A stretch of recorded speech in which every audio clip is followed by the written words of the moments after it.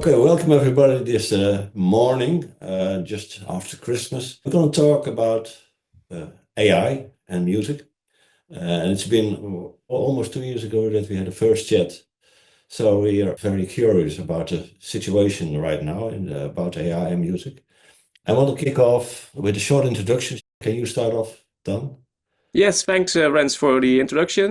So my name is Tan. I work at HKU, so that's the Utrecht University of the Arts. And I have a background in both biology and composition for the media. I've been working with AI a little bit in the biology time. So that was very theoretical in the 90s, the idea of artificial neural networks. And then in 2016, my interest got reignited with a course on machine learning for musicians and artists. And to make the introduction full circle, last year around this time, I quit AI. Oh, well, that's interesting. We're definitely going to hear more about it in this meeting. Ivo, can you tell something about yourself? Yes, I'm Ivo Witteveen. I'm a composer, music producer, educator. I'm also part of the editorial team at Private Kitchen, and I've been following AI a bit like a journalist for Private Kitchen in the past 2 years. Matties, can you tell something about yourself? Yes, I'm Matties Grooten and I work as composer at Mengelmoes. We started off at HKU 8 years ago. And so we produce a lot of music for games, short videos, all kinds of media. And we also sound design, voiceovers, and the whole package. And I got interested in AI like 3 years ago when there were the first diffusion models to make some noisy music out of it. And now I use it a lot in our studio, all kinds of processes. So yeah. Last but not least, Janne. Hi, I'm Janne Spijkervet. I studied composition at the HKU already a few years ago, but very nice to be back with all you guys. And after my studies, I studied artificial intelligence at the University of Amsterdam, so around like 2018, and graduated in 2020 and embarked kind of on a music and AI career in London and now in the Bay Area. Yeah, very busy with AI and music every day, still to this day, but also still make a lot of music, combining the two on a daily basis. Okay, thanks. My name is Rens. I'm a composer and also interested from that point of view in AI and also part of the editorial board of Private Kitchens. I would like to kick off with some general talk and discussion about the state of affairs of AI at this moment in general. Maybe, Janne, I think you're most close to developments as you're situated in California and TikTok. Yeah, it's still a very hot topic. So even when we started out 2 years ago, I don't think the attention on the topic has subsided.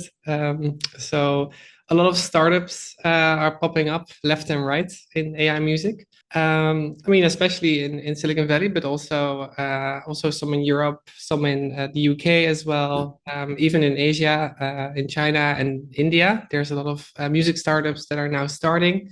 So you can imagine voice conversion apps, a lot of them available, or text to music apps that are popping up left and right, or sometimes like even picture to music. So have like sort of a ChatGPT describe the picture and that gets turned into a song. So all kinds of inventive like little tricks are being created in these startups with AI as sort of an engine behind it. It hasn't stopped, basically. Also on the regulation part, a lot has happened, but I would say the technical aspects, it's still very interesting. The research and the funding that goes into it has increased a lot in the last 2 years. For me as a researcher, a lot of exciting things popping up left and right. Also as an artist, I see a lot of things, but of course also the other side, which is worrisome as well. So definitely a very interesting time. I don't want to make this question too broad, but what would interest me is we're talking about AI specifically in the context of music. But of course, the whole world's talking about AI and there are AI developments in other fields. Do you have an idea about the relation of AI for music and the broader AI development? Is AI for music like a byproduct, or does it influence other developments? Good question. So I think in terms of research, a lot of ideas are borrowed from the image and video domains. We do see kind of a switch these days, especially because kind of what this made this all happen is an invention called a neural codec. So as we see, for example, an MP3 codec or AAC from Apple, there are these neural codecs which have really advanced in the last 2 to 3 years since we talked, basically. And this kind of research is basically used in the video domain and the image domain as well. So we see that a lot of adaptation from these domains are also happening from music or audio towards other image and video domains. So that's really exciting. But also the other way around. So if we look at, for example, the video generation models like Zora, then we see that some ideas are also being borrowed back to the music domain, and especially make compositions of like longer durations, for example, much more tractable, much more possible these days. So if you imagine that people can make these huge video, like 4K video generation models, then you can imagine that this technology more easily translates back to audio, simply because in quantifying the bitrate, for example, if you want to really put it like in a technical manner, then it becomes much more tractable to solve that problem. And of course, we talk about like what is solving music, like that doesn't really mean anything, but it does mean that some like easier, like sort of these little tricks and products like voice conversion or like text to music become a bit more surface level solvable, basically. So more startups are basically able to enter that market. That sounds interesting. Matties, what do you think about it? It's a state of affairs right now. Do you have any ideas about it? Especially the last year, I saw a lot of tools coming, and really interesting stuff. The big guys like Suno and Udio are coming with new models that sounds better. They give you more tools to edit your music that you generated, take apart and write a prompt for that specific part, extend tracks, cover tracks.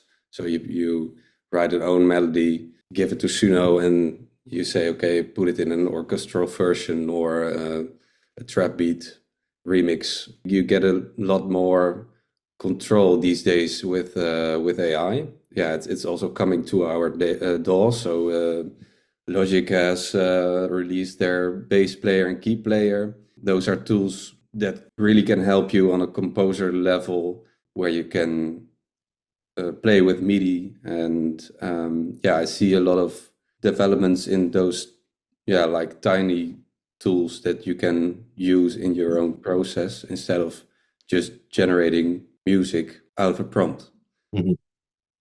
So that's really interesting that we get more of those tools that we can use as a composer, as producer. If you have like you want to enhance your mix, for example, there are a lot of plugins that can help you that are based on AI algorithms, and all kinds of layers of the post-production music industry. There are things happening, and it's really interesting to follow and to trying to incorporate it in the process of a composer. Yeah, so I'm really excited, and if you follow the new tools and try to bring it to the studio, it's really interesting to see how it evolves your creative process. There are new ways to make music and to compose. So, but actually, the two companies that you mentioned, Suno and Udio, they are having a lawsuit in the USA. What's going on there, Janne? Can you tell something about it? Yeah, sure. I mean, it kind of can go anywhere, right? So it's. I mean, I'm very happy. I think most people are very happy that finally the Recording Association has collectively sued them. So I think that's a very strong signal. Also, continue, like, it's not like it started there. So I think there's also a lot of petitions of a lot of artists and actors, like sort of the American, Hollywood and recording industry that keeps vocalizing that they're against like sort of use of AI. It's a milestone, and I'm sort of happy that also people keep vocalizing their concerns about AI, because like also in the UK, the government is thinking about leave it a bit more open for companies to try it out, to loosen the copyright a little bit for AI. So these are like still concerning things that are also happening like closer, I think, to home. But in terms of the lawsuit against Suno and Udio, that will be, I think, a template lawsuit against these AI companies. There's a lot of lobbyists as well that try to, of course, influence, this lawsuit. To me, it's kind of a coin flip still. Like you could say, like, this is a solved case because clearly there's copyright infringement. On the other hand, it's about the transformative use argument. Like, is there a transformative technology being developed and is copyright material used for this? Then that should constitute fair use, but it is really complicated. So until the court opens, I don't think a lot can be said about it. And that's from a lot of legal people as well that I hear. So it's very hard to say anything. But it is important to like keep vocalizing, keep stressing the importance of copyright, of course. Yeah. How would the outcome influence the development of AI? Because I was at a conference a few weeks ago, and some legal experts were talking about the same point. They basically said it was a coin flip too, but they also said, okay, either it's fair use and they can just continue, or it's not considered fair use, then they'll have to pay a lot of money, which they will do, and then continue either way. Right. Do you agree? It's a good question. I mean, there's a business model, right? So I know of some even like stealth startups that do it the right way, like from the beginning, from the get-go. Mm-hmm. So there's a business model there. There's something that gives value to everyone, that brings value to the labels, that brings value to the startup, and brings value to the customers. So I think there is something there, and it will continue. So it's not like this business practice, which is a mal business practice. Like it's not. It's really not great to treat data and treat your product and your customers that way, for that matter. Mm-hmm. But there is a business model in AI and music, which we have to underline and which we have to accept. So it's not like the dynamics will change perhaps hugely, because like it's all about like how do we value data, like how do we value music, and we have to keep fighting for that value. So even though this lawsuit will be a milestone for the value of copyright, we still have to battle like every day for the price that people have to pay for music, which I think has to have value. Otherwise there's that fight has to go on. Like it's not like you have to just rely on this lawsuit for it to suddenly disappear, because you're right, it won't. There's a business model there that will just continue. Okay. Curious about the reasons Tan decided to quit AI. Tell us more. Okay, yeah. So from the introduction, the why I quit AI, yes? Yeah. So maybe it's nice to first ask a question to like the person viewing.